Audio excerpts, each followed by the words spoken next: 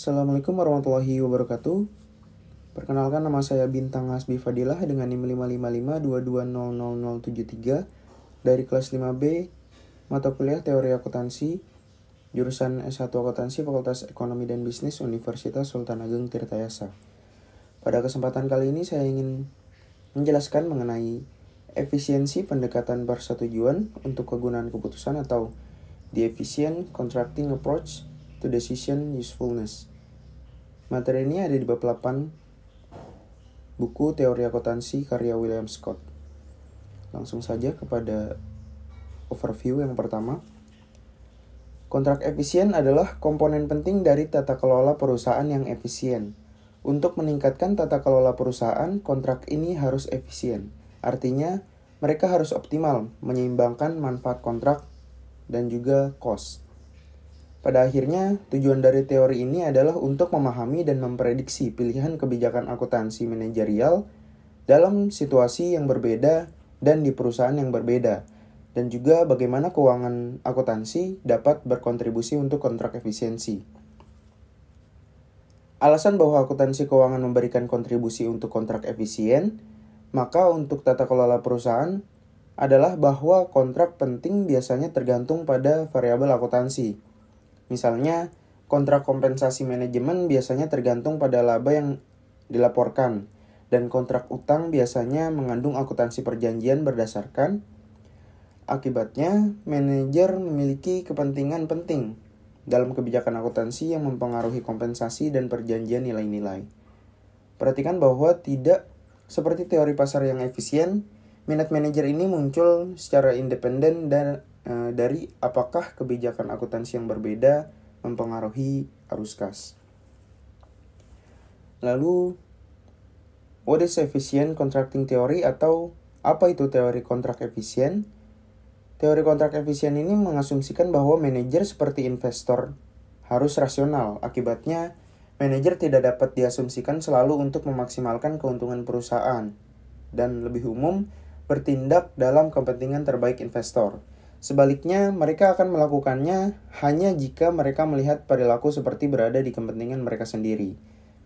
Teori juga membayangkan kontrak implisit yang timbul dari hubungan bisnis yang berkelanjutan. Sebagai contoh, jika sebuah perusahaan membangun dan memelihara reputasi untuk pelaporan keuangan berkualitas tinggi, menghasilkan kepercayaan dari pelanggan, kreditur, dan investor yang akan terus beroperasi dengan integritas.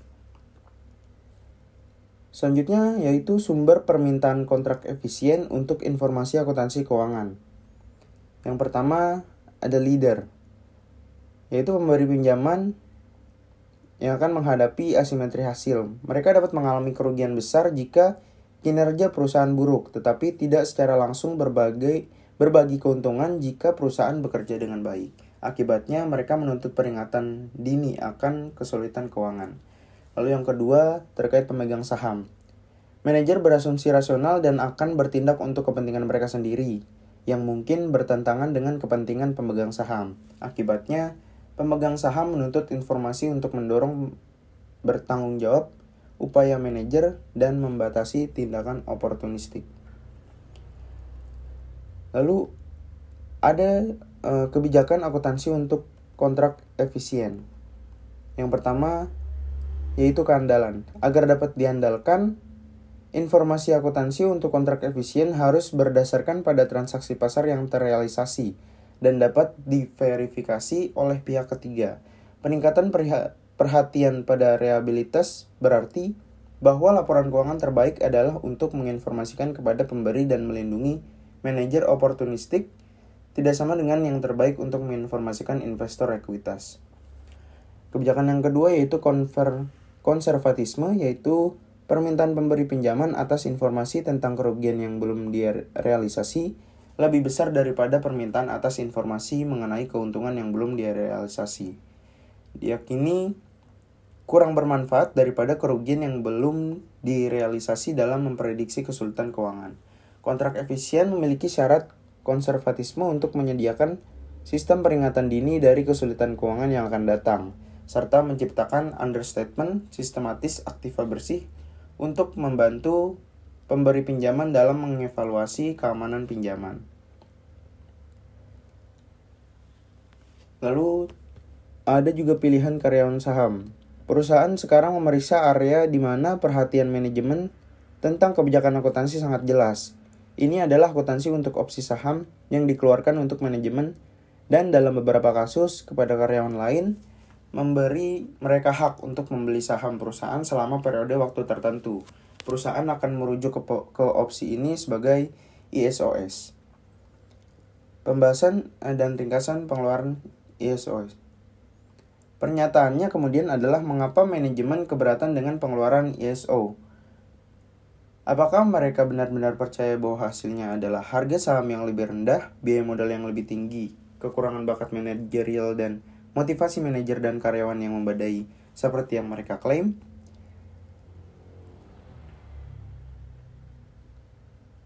Selanjutnya mengenai distinguish efficiency and opportunities. Yang pertama, studi empiris mengenai efisien contracting. Meehan dan Smith tahun 1990 melakukan penelitian tentang efisien contracting. Meehan dan Smith ini mengamati pilihan kebijakan akuntansi untuk mengkonsolidasi perusahaan subsidiari. Mereka berpendapat bahwa semakin besar interdependensi antara perusahaan induk dengan perusahaan anak, maka akan semakin efisien pula untuk menyiapkan laporan keuangan konsolidasi. Mereka memperkirakan bahwa semakin besar integrasi antara perusahaan induk dan perusahaan anak, maka semakin besar pula kemungkinan atau kecenderungan perusahaan induk untuk menyiapkan laporan konsolidasian. Lalu yang kedua, studi empiris opportunities.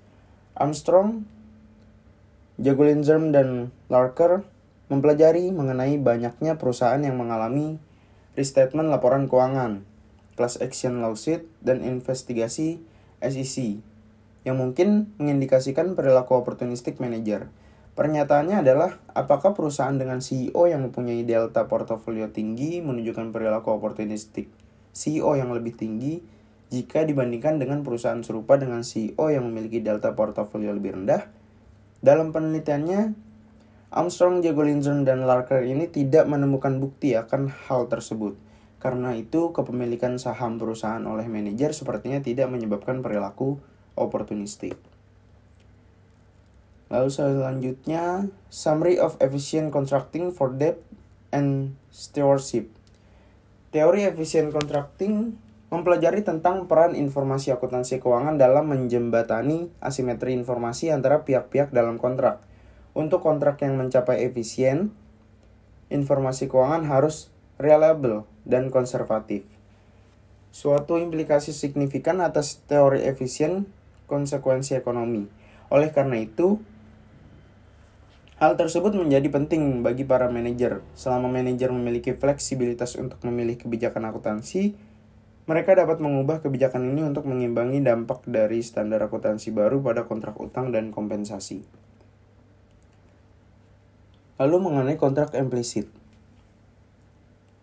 Definition and empirical evidence. Perusahaan dapat mendapatkan keuntungan dari kontrak yang efisien tanpa harus benar-benar masuk ke dalam sebuah kontrak formal.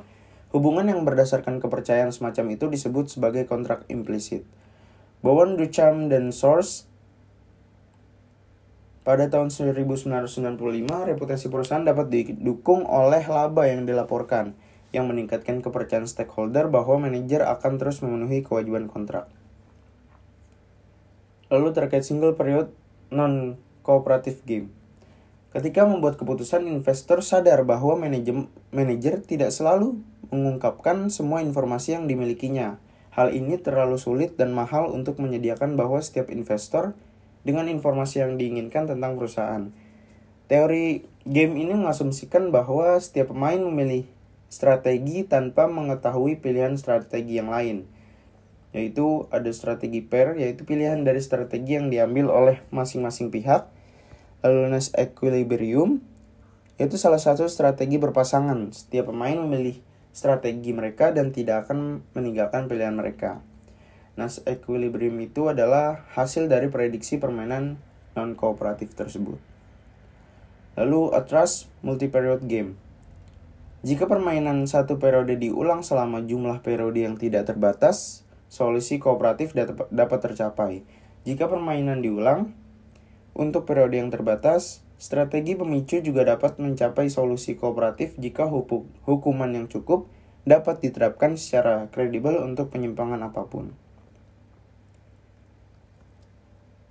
Baik, mungkin itu saja yang bisa saya sampaikan mengenai materi dari efisiensi pendekatan persetujuan untuk kegunaan keputusan.